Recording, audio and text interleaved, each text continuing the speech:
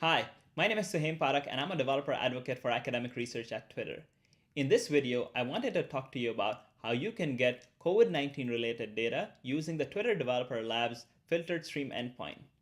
Now for some context, Twitter recently announced the COVID-19 stream endpoint that delivers tens of millions of tweets over 4 partitions. However, in order to consume and process this high volume of data, you need to have the right tech infrastructure and resources.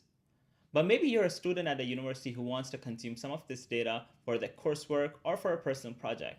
In this case, the high volume of data from the COVID-19 stream might not be suitable for you. Instead, you can get some of this data using the filtered stream endpoint and using the COVID-19 tweet annotation. In this video, I will show you how to get this data using Python and perform sentiment analysis on it. Now, in order to use the filtered stream endpoint, you first need to have a Twitter developer account. If you haven't applied for one yet, go to developer.twitter.com/en/apply for access and apply. Once you have an approved account, you will have to create a Twitter app. This will give you your consumer key and secret that you can then use to connect to the filtered stream endpoint.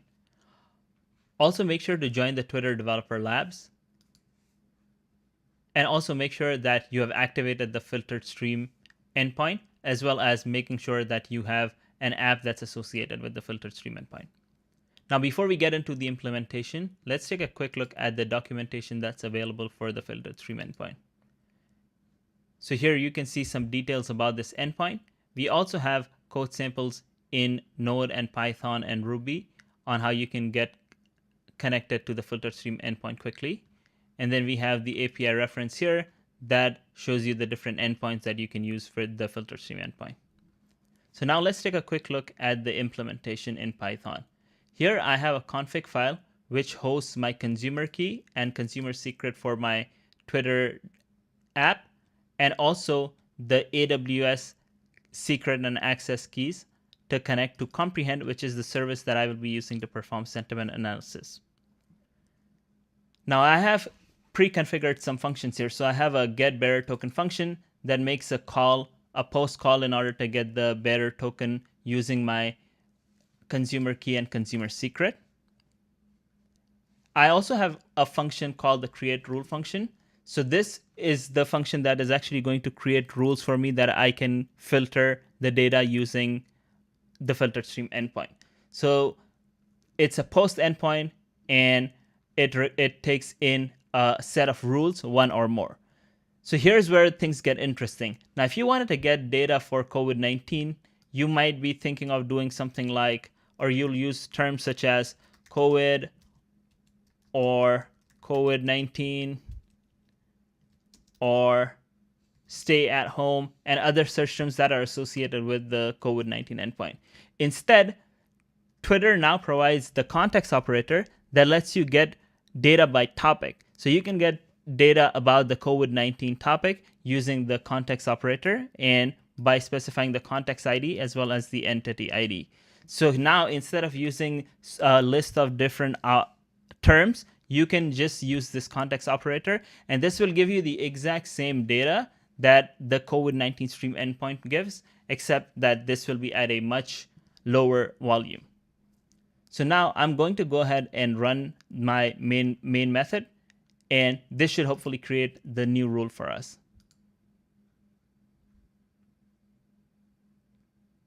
So here it says that it created one rule for us. So now we should be able to get data for this topic as the rule has already been created. So now let's go ahead and create the function that actually does the streaming for us. So here I'm going to create a new function. I'm going to call it stream connect. And this actually takes the bearer token. And I'll get the response here. And this is a get endpoint. So request.get. And then I specify the stream URL above. Now this uses the authorization header as well. So I'm going to go ahead and copy this.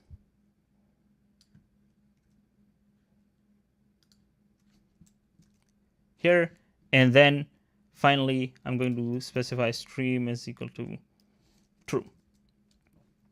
Okay. So now I have the call ready, and I'll parse the response for it. So I'll do for response line in response dot over lines. Oops. And if there's a response line, then I'll get each line will be a tweet. So I'll do JSON dot loads, convert the JSON of the response line. Okay, I'm gonna go ahead and import this JSON library as well. And now I'll also try and extract the ID. So the ID is, or I can just print it. So I'll do print. So from this tweet, I'll pull the data object, and from that, I'll pull the ID property. Okay, so now this is my function that will get me, that'll connect to the stream and print the ID each time I get a tweet for this topic. Now in my main function, instead of doing this, first I'll get the token here, and then I'll also set a timeout logic. In case I get disconnected, I should be able to reconnect as well. And then while true, I'm going to do stream connect with this token that I just created, right? And then here is my logic for trying to reconnect. So timeout, and then plus equal to 1. Okay, I'm going to go ahead and import this as well. All right, now in my main function, I have this set up. So I'll go ahead and run this. So now you see you've started receiving the tweet IDs, which means you're getting all tweets. So in your rule, you specify that give me all tweets for COVID-19 for this context.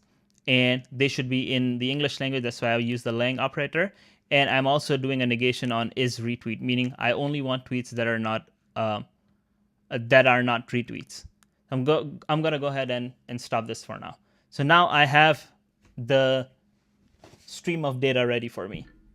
Now, next, I want to do sentiment analysis on it. So for this, I'm going to use the comprehend service that AWS provides. So first, I'm going to go ahead and initialize the client for that here. So I'll do comprehend, and then using the Bodo3 library. So I'm going to go ahead and import that here. Import Bodo3. And then here, I'm going to specify client, and the service name is comprehend. So comprehend here, and then my AWS access key ID, which is, I'll get it from my config file. So config.aws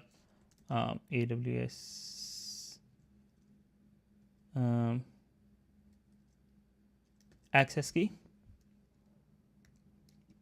and then my, so I'm gonna, or here AWS underscore secret access key is config.aws secret key, and then also specify the region. So region name, which is config.aws region. Okay, so now I have the client set up here. Next, what I'm going to do is, instead, in my function here, instead of getting the tweet ID, I'll get the tweet text. So I'll do text is equals to, and then I'll get the text here, right? So now I have the text. Now I'm going to call the comprehend service and ask it to do the sentiment analysis for me. So here I'll do print comprehend.detect sentiment.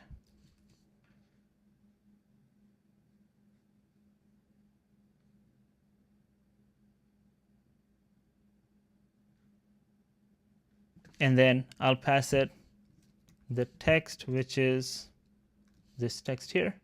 And then also I'm going to pass it the language code. So language code, which is English. And then from this, I'll get the sentiment. So sentiment. Okay. And I'll go ahead and run this now. So now what I'm doing is I'm getting the text from each of these tweets, and I'm simply printing the sentiment for each of these. So I'm going to go ahead and run this now. So if you see here, now it started publishing the sentiment for each of the tweets that are coming in. Now, obviously, for this sample, I was just printing it to the console. But in your case, you might want to first store the tweets in a file and then perform sentiment analysis. And you likely might want to also use your own classifier in order to do the sentiment analysis. Finally, keep in mind that you can't share the data as is, but instead you can only share the tweet IDs if you want for peer review. Thanks for watching, and follow us on Twitter Dev and on the Twitter community forums.